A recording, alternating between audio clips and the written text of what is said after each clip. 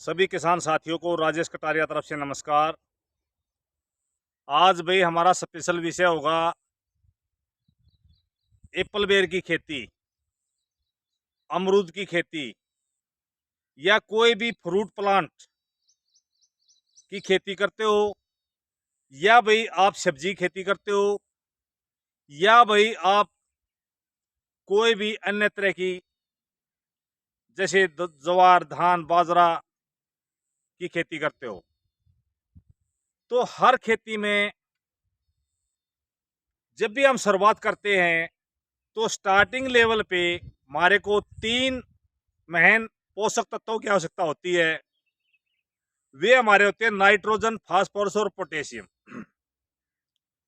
तो मैंने एक वीडियो में चर्चा की थी भाई जैविक तरीके से नाइट्रोजन के स्रोत, फास्फोरस के स्रोत और पोटेशियम के स्रोत। अगर वो वीडियो आप देखना चाहते हैं तो हमारे भाग नंबर 3 में जाके वो देख सकते हैं, जैविक खेती की सफलता का राज। उसमें 1, 2, 3, 4 भागों में काफी चर्चा कर रखी है। आज हमारा मेन होगा भाई द्वितीय पोषक तत्व, क्योंकि ज्यादातर किसान क्या करते हैं, नाइट्रोजन और फास्फोरस ही जानते हैं, इसके अलावा कोई किसान पोटेशियम का इस्तेमाल कर लेता है। द्वितीय पोषक तत्व बहुत ही कम किसान अपनी खेती में इस्तेमाल करते हैं, लेकिन इसके इस्तेमाल ना करने से किसान की हर फसल में, चाहे वो किसी भी तरह की फसल है, उसके अंदर स्वाभाविक है 20 से 25% की कमी आ जाती है। उसको हम महसूस नहीं करते, क्योंकि महसूस तभी होता है जब एक खेत में एवरेज जो है लगभग 20 बोरी गेहूं निकलता है और दूसरे खेत में 25 बोरी गेहूं निकलता है, तो किसान महसूस करेगा। लेकिन एवरेज क्या होती है, ज्यादातर किसान सेकंड न्यूट्रेंट का इस्तेमाल नहीं करते, इसलिए सभी किसानों की वो प्रोडक्शन में 20 से 25% की कमी आ जाती है। बहुत ही कम मात्रा में आवश्यकता होती है। खासकर इसकी जो कमी के जो लक्षण हैं, वो चाहे आप सब्जी खेती करते हैं या भाई फ्रूट की खेती करते हैं, उसमें ज्यादा इसकी कमी के लक्षण दिखाई देते हैं। और वहां पर हमने देखा है, अगर इसकी कमी है तो किसान का 30 से 40% भी प्रोडक्शन में कमी आ सकती है। फ्लावरिंग ड्रॉप हो सकता है, फल बनते समय फूल से फल में जो कन्वर्ट होगा वहां समस्या आ सकती है, या भाई फूल का जो साइज है, फल का जो साइज है वो छोटा रह सकता है। या कई बार हमने देखा है, कई हमारे जो फल की है या भाई सब्जी खेती है, उसमें फटने की शिकायत आ जाती है। तो कई शिकायतें आती हैं, लेकिन उसको किसान महसूस नहीं करता। तो वीडियो में आगे बढ़ने से पहले सभी किसान साथियों से अनुरोध करूंगा, जो नए साथी हो चैनल को सब्सक्राइब कर लें, और वीडियो अच्छी लगे तो लाइक और शेयर जरूर करें। किसान साथियों, खासकर बागवानी में आपकी सब्जी और फ्रूट की खेती आ जाती है, वे किसान ध्यान से सुने। उसमें इसके जो कमी के जो लक्षण हैं, ये आपको दिखाई भी दे जाते हैं। अगर आपको ना भी दिखाई दें तो समय पर इनका अपना सेकंड न्यूट्रेंट का आप जरूर इस्तेमाल करें। इसका आप अपनी फसल के अंदर एक बार तो जरूरी है, अगर संभव हो सके तो 2 या 3 बार अगर आप इस्तेमाल करेंगे तो गारंटी के साथ आपकी 30 से 40% जो प्रोडक्शन है वो बढ़ जाएगा। आपके फ्रूट का टेस्ट बढ़ जाएगा, आपकी जो सब्जी वगैरह की खेती है उसमें उसका आकार भी बढ़ जाएगा और उसमें चमक भी आ जाएगी। तो साथियों, सेकंड न्यूट्रेंट यानी कि द्वितीय पोषक तत्व क्या क्या होते हैं जो हमारे को नाइट्रोजन, फास्फोरस और पोटेशियम के बाद आवश्यकता पड़ती है? तो ये होते हैं हमारे मैग्नीशियम, कैल्शियम और सल्फर। साथियों, आपने देखा होगा, जब भी हम वनस्पति विकास जो होता है उसमें हमारे पौधे में ये कमी के लक्षण बहुत कम दिखाई देते हैं। लेकिन जैसे ही हमारा पौधा, जैसे मैं एप्पल वेयर की उदाहरण की बात करूं, तो जब फ्लावरिंग स्टेज आ जाती है तो उस समय इसकी कमी से एप्पल बेर में कई तरह के नुकसान होते हैं। एक सबसे ज़्यादा फ्लावरिंग ड्रॉप होता है, फूल पूरी तरह से नहीं आ पाता है।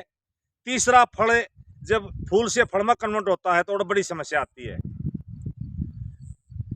तो साथियों, इसका पहले हम करेंगे ऑर्गेनिक। ऑर्गेनिक से आप भाई कौन कौन सी चीजें आप इस्तेमाल करके इसकी जो कमी है इसको आप दूर कर सकते हैं। तो पहला होगा कैल्शियम। कैल्शियम के कई आपके पास सोर्स हैं। सबसे पहला सोर्स होता है साथियों, आप दूध दही का इस्तेमाल कर सकते हैं। दूध की अगर मैं बात करूं तो लगभग 4 से 5 लीटर 1 एकड़ के लिए दूध का स्प्रे करें। इसके अलावा साथियों, दही है, लगभग 2 लीटर के आसपास दही लेके और उसको पानी के साथ अच्छी तरह उसको फट के मिक्स कर लें। मिक्स करने के बाद उसका आप स्प्रे कर सकते हैं। तीसरा साथियों, जो अंडे का जो छिलका होता है, छिलके को लगभग 30 से 40 अंडे के छिलके ले लें, उसको पानी में भिगो दें बारीक करके और 4 से 5 दिन पानी में रहने दें। 4 से 5 दिन उसको पानी को छान के उसका आप स्प्रे कर सकते हैं। 1 एकड़ के लिए 30 से 40 अंडे के छिलके काफी है। इसके अलावा साथियों, कैल्शियम जो हम अपने खेत के अंदर जब खाद डालते हैं जड़ों के माध्यम से, तो वहां पर बुझा हुआ चूना अगर आप इस्तेमाल करेंगे तो साथियों वहां पर भी आपको कैल्शियम की पूर्ति हो जाएगी। या आप चूने को, जो चूना पोतने वाला होता है, उसको 24 घंटे पहले लगभग 2 kg चूना लें, उसको एक किसी मटके में भिगो दें, उसमें लगभग 4 से 5 लीटर पानी डाल दें। जब वो साथियों अगले दिन फूल जाएगा और वो ठंडा हो जाएगा, उसमें और पानी मिला के और उसको स्प्रे कर सकते हैं। तो इस तरह कैल्शियम की पूर्ति हो जाएगी।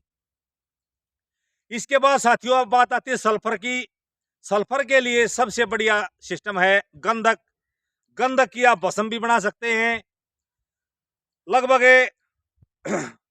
500 ग्राम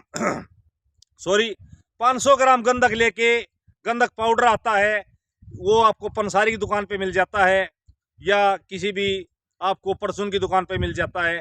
500 ग्राम गंधक लेके, इसमें थोड़ा लंबा प्रोसीजर हो जाएगा इसकी भस्म बनाने के लिए। 500 ग्राम गंधक को 10 से 12 kg ताज़ा गोबर लेंगे, उसके अंदर मिक्स कर देंगे। मिक्स करने के बाद उसको किसी मटके में एयर टाइट करके और उसको कहीं ऐसी जगह जहाँ अंधेरा हो वहाँ उसको दबा देंगे। अगर ना भी दबाए तो उसके ऊपर बोरी वगैरह अच्छी तरह से उसको ढक के रख दें। ये लगभग आपका 45 से 50 दिन में तैयार हो जाता है। तो साथियों 1 एकड़ की अगर मैं बात करूं, इसमें से 1 किलो लेके और उसको आप 200 लीटर के ड्रम में किसी सूती कपड़े में बांध के और उसको आप उस ड्रम के अंदर छोड़ दें और पानी का भर दें। उसका 24 घंटे में वो पूरा जो रख होता है, उसका जो केमिकल होता है वो पूरा निकलेगा। तो इससे आप सल्फर की पूर्ति कर सकते हैं। दूसरा साथियों, आप सिंपल तरीके से भी 500 ग्राम अगर सल्फर लेके उसको गोबर के खाद में मिक्स करके और उसमें वेस्ट डिकम्पोजर का छिड़काव कर देते हैं, तो 4 से 5 दिन में उसको एक जगह रख के और उसको खेत में जड़ों के माध्यम से उसको बिखराव कर देते हैं, तो इससे भी आपको सल्फर की पूर्ति हो जाएगी। तीसरा है साथियों हमारा मैग्नीशियम।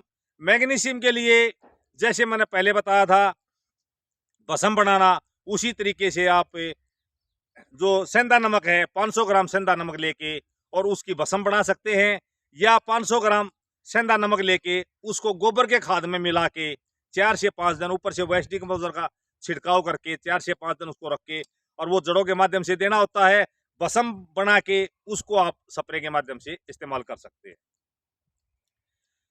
तो ये था हमारा जैविक तरीका। अब आती है भाई जो रासायनिक जैविक वाला भी इसको इस्तेमाल कर सकता है, क्योंकि जो स्प्रे में हम इस्तेमाल करते हैं वहाँ मात्रा बहुत कम होती है, वहाँ इसका कोई जहर का प्रकोप इतना ज़्यादा नहीं होता है, कुछ % ही वो उसका अंश होता है, तो वो इतना नुकसान हमारी ज़मीन को नहीं करता। उसके लिए साथियों मैग्नीशियम सल्फेट, मैग्नीशियम सल्फेट 500 ग्राम 1 एकड़ के लिए, यानी कि दूसरी भाषा में कहूँ तो जो 15 लीटर की टंकी होती है लगभग 50 ग्राम, उसका आप स्प्रे कर सकते हैं। बहुत ही कम खर्चे का है, बिल्कुल सस्ता आ जाता है, 40 से 50 रुपए का आपको आसानी से मिल जाता है आधा केजी। उसको साथियों आप स्प्रे करेंगे तो उसमें अपना मैग्नीशियम और सल्फर दोनों की पूर्ति हो जाएगी। कैल्शियम के लिए साथियों आपने अलग से स्प्रे करना पड़ेगा, कैल्शियम नाइट्रेट का स्प्रे करें साथियों। कैल्शियम नाइट्रेट का स्प्रे वही किसान करे जिसकी ग्रोथ भी चाहिए और वही कैल्शियम की भी पूर्ति चाहिए। अगर आपकी फसल जैसे एप्पल बेर अगर ज्यादा ग्रोथ कर रही है तो उसमें कैल्शियम नाइट्रेट का इस्तेमाल ना करें, क्योंकि अगर आपने कैल्शियम नाइट्रेट का इस्तेमाल किया तो और ज्यादा ग्रोथ होने की संभावना है। तो वो कैल्शियम की जगह आप कैल्शियम सल्फेट का इस्तेमाल कर सकता है। तो कभी भी नाइट्रेट और सल्फेट दोनों को मिक्स करके कभी स्प्रे ना करें। तो कैल्शियम नाइट्रेट जो है साथियों वो भी लगभग 500 ग्राम 1 एकड़ के लिए आपको काफ़ी है, वो भी काफ़ी सस्ता होता है। तो इस तरह से आप कैल्शियम, मैग्नीशियम और सल्फर की पूर्ति करके, जब भी आप कैल्शियम का इस्तेमाल करें, कैल्शियम नाइट्रेट का, तो साथियों उसके साथ आप बोरोन का इस्तेमाल कर सकते हैं, क्योंकि फ्लावरिंग स्टेज पे बोरोन की भी आवश्यकता पड़ती है। वो हम आने वाली अगली वीडियो में बोरोन के ऊपर स्पेशल एक टॉपिक लेके आएंगे, बोरोन भाई पौधे के लिए क्या क्या कर सकता है। तो इस तरह से साथियों आप देखेंगे आपकी चाहे कोई भी फसल है फ्लावरिंग वाली, उसमें फ्लावरिंग काफ़ी मात्रा में बढ़ जाएगा। फूल से फल में कन्वर्ट होने के लिए बहुत मददगार होता है कैल्शियम, सल्फर, मैग्नीशियम, और साथ ही साथ आपके पौधे को तंदुरुस्त बनाने में। आपका जो अगली जो स्प्रे आप करेंगे साथियों वो फल बनते समय इसका इस्तेमाल कर सकते हैं। उसमें आप देखोगे आपके फल का साइज भी डेवलप अच्छी तरह से होगा, चमक भी अच्छी आएगी, और आपके फल के अंदर किसी भी तरह की और भी कोई समस्या आती है जैसे फल फटने की समस्या, उस समस्या से भी निजात पा लेंगे। तो साथियों आज की वीडियो में इतना ही। वीडियो देखने के लिए सभी साथियों का धन्यवाद। जय हिंद, जय भारत, जय माता दी।